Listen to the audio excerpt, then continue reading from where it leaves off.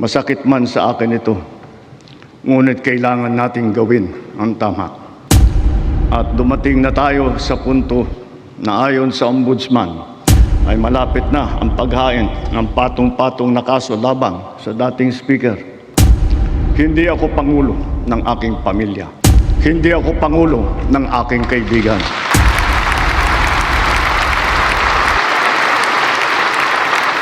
Ako ay Pangulo ng Pilipinas at ang tungkulin ko ay sa inyo, ang aking mga kapwa Pilipino. Mayroon ng mga unang nakasuhan at nakulong, mga kontratista, matataas na opisyal, pati na mga mambabatas.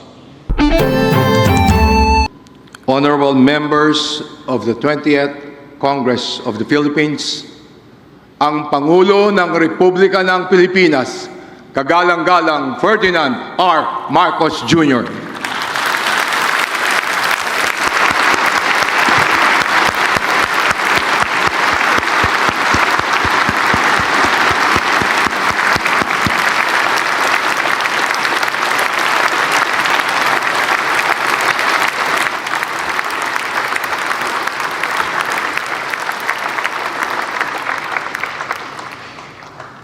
Former President Gloria Macapagal Arroyo, Senate President Sherwin Gatchalian, and honorable members of the Senate, House Speaker Faustino D. III, and honorable members of the House of Representatives, Chief Justice Alexander Gesmundo, and honorable justices of the Supreme Court, His Excellency, the Most Reverend Charles John Brown, and esteemed members of the Diplomatic Corps, Executive Secretary Ralph Recto, and honorable members of the Cabinet, First Lady Luis Araneta Marcos, other distinguished guests, ladies and gentlemen, good afternoon. Mga kababayan ko, naririto ako muli upang tuparin ang ating katungkulan at magbigay ng ulat sa inyo tungkol sa estado ng ating bansa at sa mga ginagawa ng inyong pamahalaan. Isang taon na ang nakalipas mula noong huli akong tumayo rito upang ilantad ang katiwalian na nadiskubre namin sa mga flood control project. Gaya ng aking ipinangako sa inyo, nagsagawa tayo ng malawakan at malalimang investigasyon na walang pagkikiling kahit kanino man. Masusi nating sinuri at sinundan kung saan tayo itinuro ng ebidensya.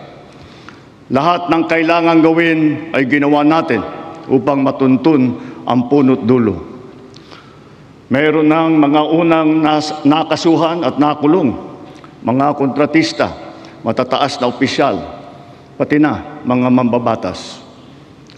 At dumating na tayo sa punto na ayon sa Ombudsman ay malapit na ang paghain ng patong-patong na kaso labang sa dating Speaker. Masakit man sa akin ito, ngunit kailangan nating gawin ang tama. Hindi ako Pangulo ng aking pamilya. Hindi ako Pangulo ng aking kaibigan.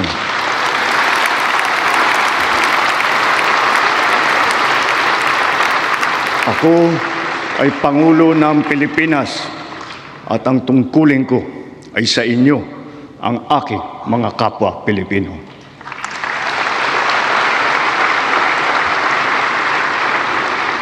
Kaakibat ng mga naisampang mga kaso tiniyak ng inyong pamahalaan na mababawi mula sa mga nagsabwatan ang nakuha nilang pera ng taong bayan. Gayon din, pinigilan natin ang paglabas ng pera ng bayan na ipambayad pa dapat sa mga depektibo, peke o guni-guning mga proyekto at mapupunta lamang sa mga bulsa ng mga tiwalaing kontraktor at opisyal. Halos 25 bilyong piso ang halaga ng nabawi, frozen at napreserbang mga pera at ari-arian ng mga akusado. Ang mahigit 800 milyong piso dito ay agad nating nabalik sa Treasury. Lahat ng mababawi mula sa mga sangkot na tiwali ay agad ibabalik sa kaban ng bayan. Ipinapaubaya na natin ang pag-uusig sa Ombudsman at sa ating mga pinalakas na National Prosecution Service. Nananalig din tayo sa makatarungang hatol ng hukuman. Makakaasa kayo na ang gulong ng hustisya ay tumatakbo. Yan ang ating Bravo Balita. Salamat sa panonood. Follow at subscribe at like na po kayo sa aming Facebook, YouTube at TikTok channel.